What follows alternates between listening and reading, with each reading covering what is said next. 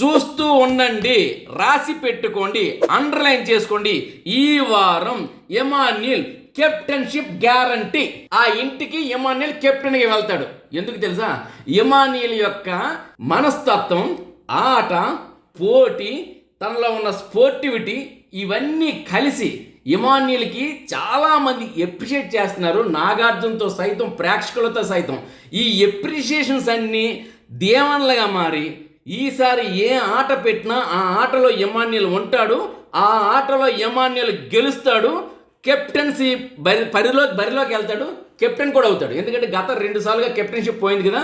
ఈసారి మాత్రం వస్తే అక్కడ మరి భీష్ముడు లాంటి, ద్రోణాచార్యుడు లాంటి భరణి గారు ఉండని ఆయన కూడా ఓడించి తన కెప్టెన్షిప్కి వెళ్ళగలడు. సైకలాజికల్గా, సోషియలాజికల్గా, స్టాటిస్టికల్గా నేను చెప్తున్నాను ఏంటంటే కర్మ సిద్ధాంతం. ఆయన ఈ వారం కెప్టెన్ అవుతాడు, రాసి పెట్టుకోండి.